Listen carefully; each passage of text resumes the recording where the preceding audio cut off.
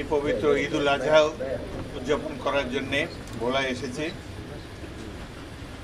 আগামী ৩-৪ দিন আমার নির্বাচনী এলাকা থাকব এবং অন্যান্য ভোলার সদরও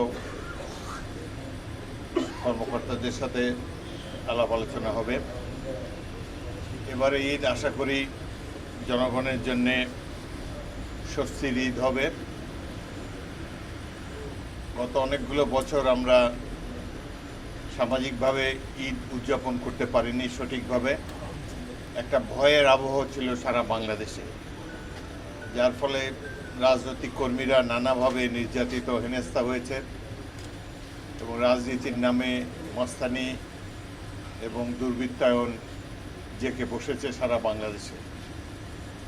এখন একটি নির্বাচিত সরকার, বিএনপি সরকার 3 মাস ধরে রাষ্ট্র পরিচালনার দায়িত্ব পেয়েছে। আশা করি সেই ভয়ের আবহ এখন অনেকটাই কেটে গিয়েছে। জাতীয় সংসদে একটি মাত্র অধিবেশন হয়েছে। আগামী 7 তারিখ থেকে বাজেট অধিবেশন শুরু হবে। আপনারা জানেন এই বাজেট অধিবেশন সবচেয়ে গুরুত্বপূর্ণ অধিবেশন। বাংলাদেশের অর্থনীতির হাল হকিকত, দিক নির্দেশনা সব কিছু এই বাজেট অধিবেশনের মাধ্যমে জনগণ পাবে।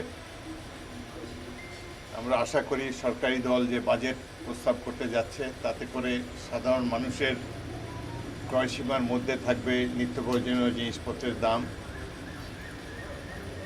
বাজেটে আমরা আশা করি যতটুকু সম্ভব উন্নয়ন কাজ আরও ত্বরান্বিত করা হবে। দেশে আইনশৃঙ্খলা পরিস্থিতি মোটামুটিভাবে সহনীয় পর্যায়ে রয়েছে।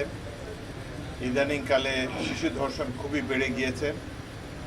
এ ব্যাপারে আমরা স্বরাষ্ট্রমন্ত্রীর কাছ থেকে বার্তা পেয়েছি যে তারা কঠিন ব্যবস্থা নেবেন।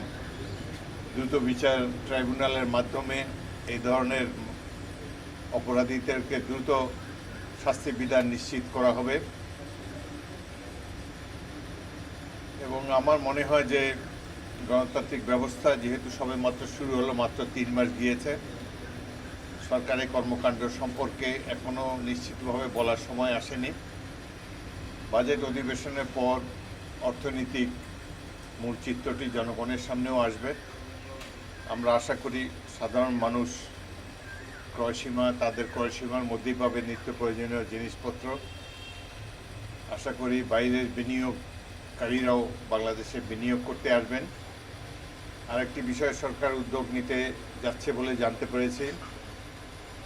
এই যে মধ্যপ্রাচ্যে যে তেল সংকট দেখা দিয়েছে, এখনও যুদ্ধের সম্ভাবনা কিছু কিছু রয়েছে, পুরোপুরি তিরোহিত হয়নি এখনও।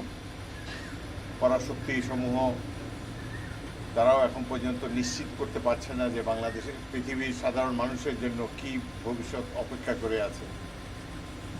বাংলাদেশের জন্য আমরা উপকূলীয় এলাকার বাসিন্দা। আমাদের বদ্ধমূল ধারণা উপকূলীয় অঞ্চলে, বিশেষ করে বঙ্গোপসাগরে নিশ্চয়ই আমরা গ্যাস বা তেল পাবো। পাশের দেশ মিয়ানমার, তারা গ্যাস পেয়েছে বঙ্গোপসাগরে। আমাদের অতীতে যথেষ্ট চেষ্টা করা হয়নি গ্যাস বা তেল আহরণের জন্যে। এখন সরকার আন্তর্জাতিক বিড করতে যাচ্ছে। আশা করি পৃথিবীর যারা অভিজ্ঞ খনন কাজে, যারা অভিজ্ঞ, অতীতে বিভিন্ন দেশে যারা তেল গ্যাস আহরণ করতে সক্ষম হয়েছেন, সে ধরনের একটি প্রতিষ্ঠান, কোনো প্রতিষ্ঠান যদি আমাদের উপকূলীয় অঞ্চলে গ্যাস বা তেল সম্পদ আহরণের জন্য চেষ্টা করে, তাহলে বাংলাদেশের ভবিষ্যৎ উজ্জ্বল হবে বলে আমরা আশা করি। সব কিছু মিলিয়ে মনে হয় যে এই ঈদ আমরা আশা করি জনগণের জন্য অত্যন্ত শান্তির ঈদ হবে, সামাজিক সম্প্রীতি বজায় থাকবে এবং আমরা সবাই মিলে আনন্দের সাথে এই আমাদের পবিত্র ধর্মীয় উৎসবটি উদযাপন করতে পারবো। আপনাদের সবাইকে অগ্রিম ঈদ মোবারক। ধন্যবাদ। জামাত ইসলামের সেক্রেটারি জেনারেল সম্প্রতি একটা মন্তব্য করেছেন যে গত 55 বছরের বাজেট ছিল গতানুগতিক এবং বাজেটে যে সরকার দল বিরোধী দল ছিল তারা সঠিক ভূমিকা রাখতে পারেনি। আপনার নেতৃত্বে 7 জন যে বাজেট অধিবেশন শুরু হচ্ছে, সেটার আপনার প্রত্যাশা কেমন এবং সরকার দল বিরোধী দলের কাছে আপনার বাজেট এবং তাদের ভূমিকা কেমন প্রত্যাশা করেন? স্পিকারের ভূমিকা হলো ফুটবল খেলার রেফারির মতো। আমি তো রেফারি। সরকারি দল বাজেট দেবে, বিরোধী দল তার সমালোচনা করবে এবং যদি গঠনমূলক সমালোচনা করে সেটা আমরা ওয়েলকাম করি।